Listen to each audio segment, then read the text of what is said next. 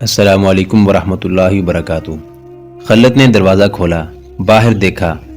برآمدے میں ملازموں کی آمد و رفت اور بھاگ دوڑ تھی۔ وہ تینوں باہر نکلے، دروازہ بند کیا اور ایک طرف چل پڑے۔ فوراً بعد وہ اندھیرے میں ہو گئے۔ ادھر ایک کھائی تھی، اس سے اترے اور خطرے کے علاقے سے نکل گئے۔ خلت اور اس کے ساتھی کو معلوم تھا کہ انہیں کہاں جانا ہے۔ ان کا کمانڈر ایک عالم فاضل کے روپ میں جہاں رہتا تھا وہاں چھپنے کی جگہ بھی تھی اور وہاں نکلنے کا بندوبست بھی ہو سکتا تھا۔ اس وقت شہر سے نکلنا خطرے سے خالی نہ تھا، گھوڑے بھی نہیں تھے۔ انہیں حلب سے فرار ہو کر دمشق پہنچنا تھا۔ انہیں یہ اندازہ بھی تھا کہ قتل کا پتہ چلتے ہی شہر میں کیا ادم برپا ہوگا۔ قتل کا انکشاف ہوتے زیادہ دیر نہیں لگی۔ کسی نے ونڈسر کے کمرے کا دروازہ کھولا۔ پلنگ کے نیچے سے جو خون بہہ رہا تھا وہ فرش پر پھیلتا ہوا دروازے تک پہنچ گیا تھا۔ ہنگامہ بپا ہو گیا۔ وہاں ایک نہیں دو لاشیں تھیں، دونوں کے زخم ایک جیسے تھے۔ فوری طور پر پہرے داروں کا خیال آیا، ان کی موجودگی میں بیک وقت دو قتل کون کر سکتا تھا؟ جن سنتریوں کی ڈیوٹی تھی انہیں بلایا گیا، دونوں غائب تھے۔ اس عمارت میں کسی کا بغیر اجازت داخلہ ممنوع تھا۔ یہاں چیدہ لوگ جو حاکم یا معزز شہری تھے آ سکتے تھے، ان کی بھی چیکنگ ہوتی تھی۔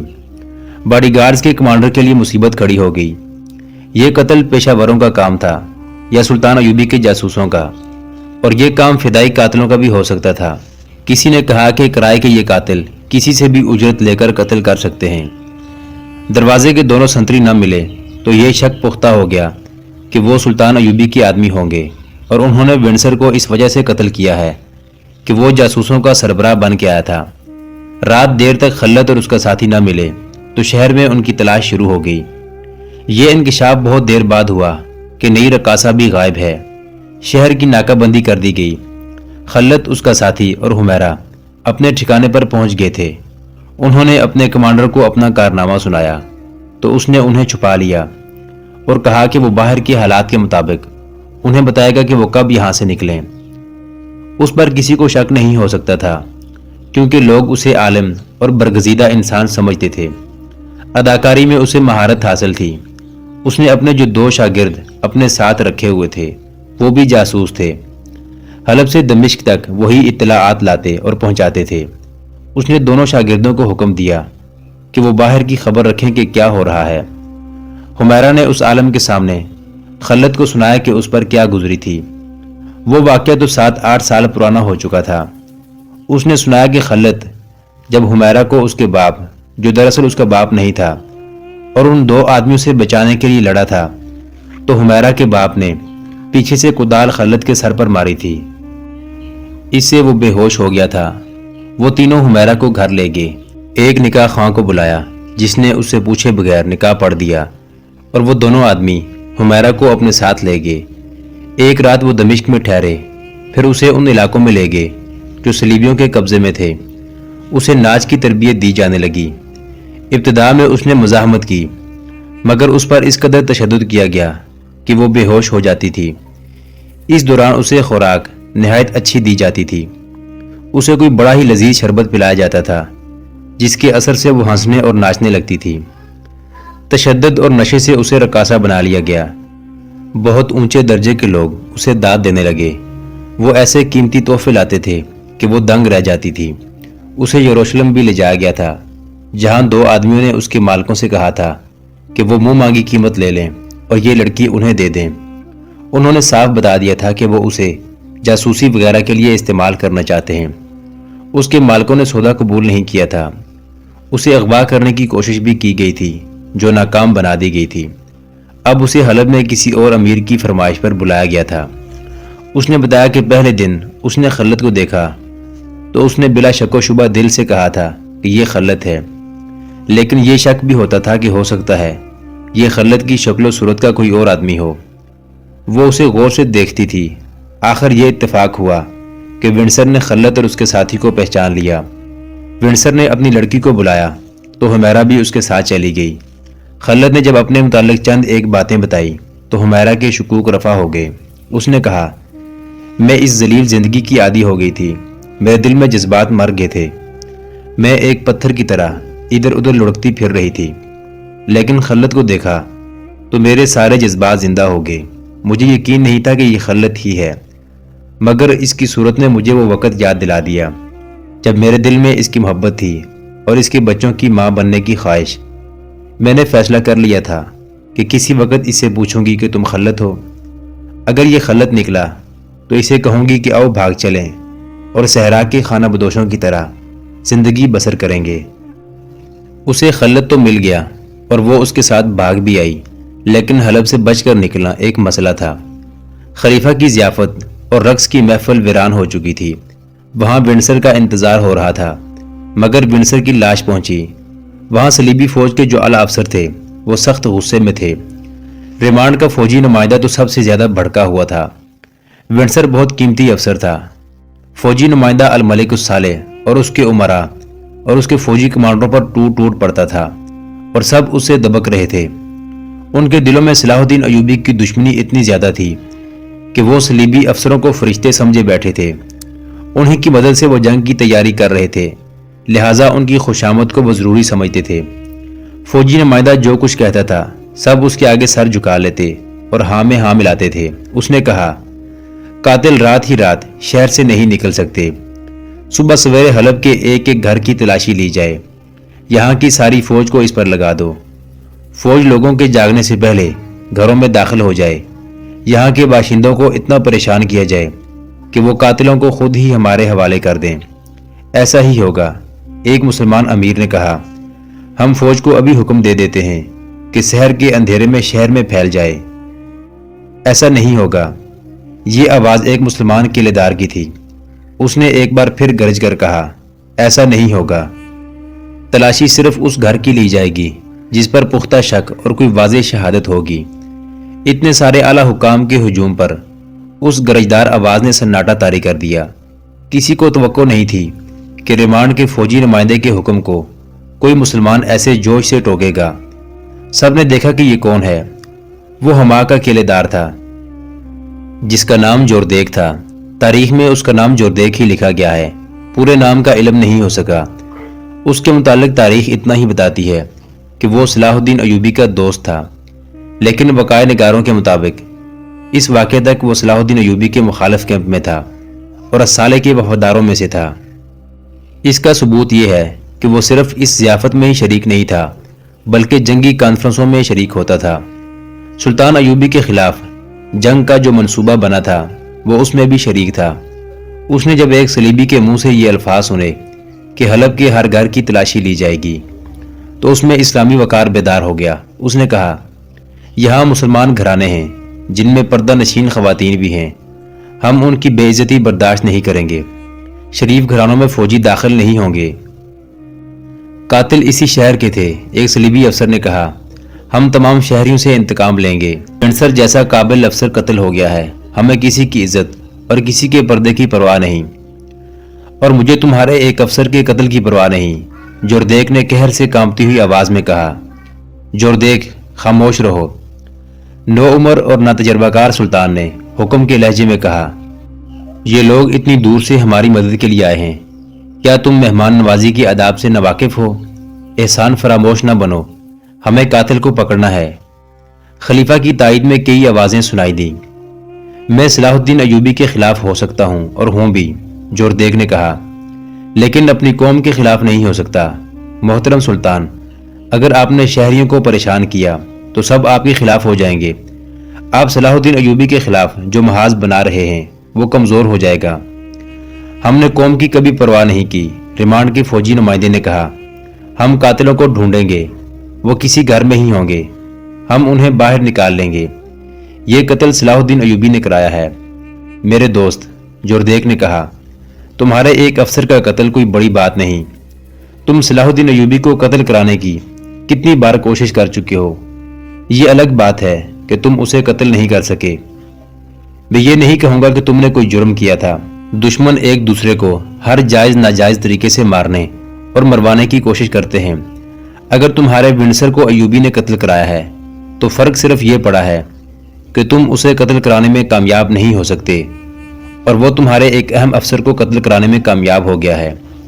تم اس کے کئی اہم افسروں کو قتل کرا چکے ہو۔ اس نے شہریوں کو کبھی پریشان نہیں کیا۔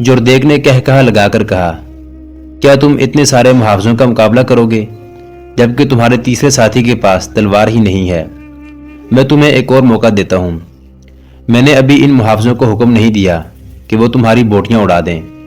محافظوں نے ان کے گرد گھیرا ڈال لیا تھا، اور میں تمہیں آخری بار کہتا ہوں کہ ہم میں سے کسی نے تیر نہیں چلائے، ایک نقاب پوش نے کہا۔ محافظوں کا کمانڈر ان تینوں کے پیچھے کھڑا تھا۔ اسے جانے کس طرح کچھ شک ہوا۔ اس نے اس تیسرے نقاب پوش جس کے پاس تلوار نہیں تھی کا جوغا اوپر سے کھینچا تو اس کے سر کا حصہ پیچھے کو ہو گیا۔ اس نے اس کا نقاب بھی نوچ لیا۔ جب اس کا چہرہ بے نقاب ہوا تو سب یہ دیکھ کر حیران رہ گئے کہ وہ ایک خوبصورت لڑکی تھی۔ جوردیک نے کہا کہ اسے اس کے پاس لایا جائے۔ دونوں نقاب پوشوں نے حیران کن پھرتی سے پیچھے کو موڑ کر لڑکی کو پکڑنے والے محافظ کے سینے پر تلواریں رکھ دی۔ ایک نے للکار کر کہا، جب تک ہمیں پوری بات نہیں بتاؤ گے اور ہماری نہیں سنو گے اس لڑکی کو ہاتھ نہیں لگا سکو گے۔ ہم جانتے ہیں ہمیں تمہارے ہاتھوں مرنا ہے، لیکن ہم ان میں سے آدھے محافظوں کو مار کر مریں گے۔ تمہیں یہ لڑکی زندہ نہیں مل سکتی۔ جوردیک ایک ٹھنڈے مزاج کا آدمی معلوم ہوتا تھا۔ اس نے محافظوں کو پیچھے ہٹا دیا اور نقاب پوشوں سے کہا، تم مجھ سے اور کیا سننا چاہتے ہو؟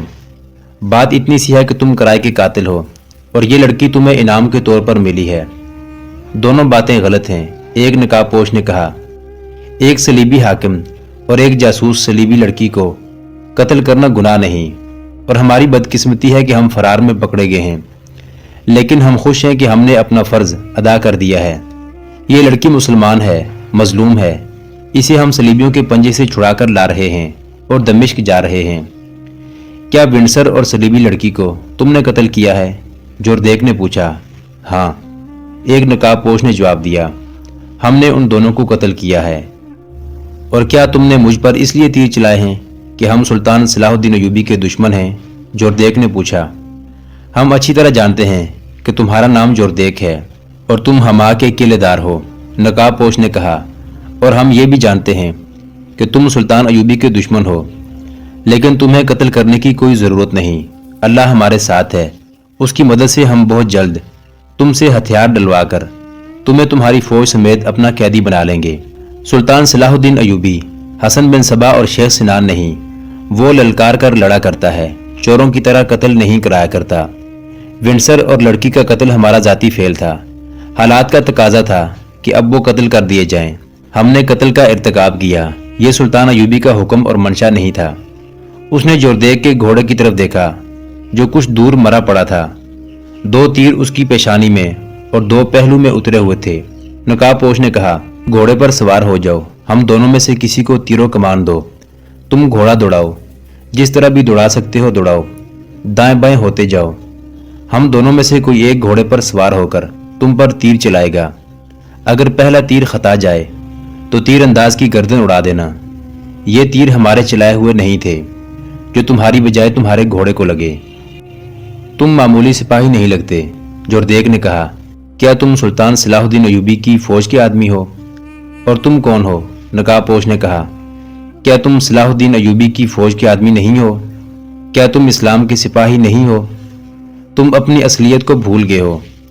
قلعے داری کے عہدے نے تمہارا دماغ خراب کر دیا ہے۔ تم نے اس سے زیادہ رتبہ حاصل کرنے کے لیے کافروں سے دوستانہ گانٹھ لیا ہے۔ تم درخت سے ٹوٹی ہوئی وہ ٹہنی ہو جس کی قسمت میں سوکھ کر تنکا تنکا ہو جانا لکھ دیا گیا ہے۔ دوسرے نقاب پوش نے کہا، تم اتنے اہم انسان نہیں ہو کہ سلطان ایوبی تمہارے قتل کی ضرورت محسوس کرے۔ تم اپنے کیے کی سزا بھگتنے کے لیے زندہ رہو گے۔ تم مرو گے تو صلیبیوں کے ہاتھوں مرو گے۔ تم حلب شراب پینے اور عیش کرنے گئے تھے، پہلے نقاب پوش نے کہا۔ تم اس لڑکی کے ناچ سے لطف اندوز ہونے گئے تھے۔ میں مسلمان لڑکی ہوں، لڑکی بولی۔ مجھے صلیبیوں کی محفلوں میں نچایا گیا اور وہ میرے جسم کے ساتھ کھیلتے رہے۔ ذرا سی دیر کے لیے تصور کرو کہ میں تمہاری بیٹی ہوں۔ میں نے وہاں مسلمانوں کی بیٹیوں کو ننگا ناچتے دیکھا ہے۔ تم اتنے بے غیرت ہو گئے ہو کہ اپنی بیٹیوں کی آبرو ریزی بھی تم میں غیرت بیدار نہیں کر سکتی۔ میں صلیبیوں میں 7-8 سال گزار کر آئی ہوں۔ میں نے ان صلیبی حاکموں کے ساتھ بھی وقت گزارا ہے جنہیں تم نے اپنا دوست بنا کر یہاں بلایا ہے۔ میں نے ان کی باتیں سنی ہیں۔ وہ دوستی کا فریب دے کر مسلمانوں کو آپس میں لڑا رہے ہیں۔ جوردیک پر خاموشی طاری ہو گئی تھی۔ اس کے محافظ حیران تھے کہ اتنا خود سر اور دلیر قلعے دار ان تینوں کی اتنی سخت باتیں برداشت کر رہا ہے۔ وہ گہری سوچ میں کھو گیا تھا۔ اسے وہ جھڑپ یاد آ رہی تھی جو اس نے ریمانڈ کے فوجی نمائندے سے اس مسئلے پر کی تھی کہ حلب کے باشندوں کے گھروں کی تلاشی لی جائے گی۔ اسے یہ خیال آیا کہ اس پر تیر چلانے والے صلیبیوں کے آدمی ہوں گے۔ اس نے نرم سے لہجے میں نقاب پوشوں سے کہا، میں تمہیں اپنے قلعے میں لے جانا چاہتا ہوں، قیدی بنا کر نہیں۔ جوردیک نے یہ کہہ کر سب کو حیران کر دیا، مہمان بنا کر، مجھ پر بھروسہ رکھو، اپنی تلواریں اپنے پاس رکھو۔ سب گھوڑوں پر سوار ہو گئے۔ جوردیک کا گھوڑا مر چکا تھا۔ اس نے ایک محافظ کا گھوڑا لے لیا اور یہ قافلہ چل پڑا۔ محترم ناظرین، سلطان صلاح الدین ایوبی کی زندگی کے واقعات پر مشتمل سیریز دیکھنے کے لیے چینل کو سبسکرائب ضرور کر لیں۔ گزشتہ اقساط دیکھنے کے لیے چینل پر پلے لسٹ کا وزٹ کریں۔ ویڈیو کو لائک اور شیئر ضرور کیجیے۔ کمنٹ باکس میں اللہ اکبر ضرور ٹائپ کریں۔ اللہ آپ کا حامی و ناصر ہو۔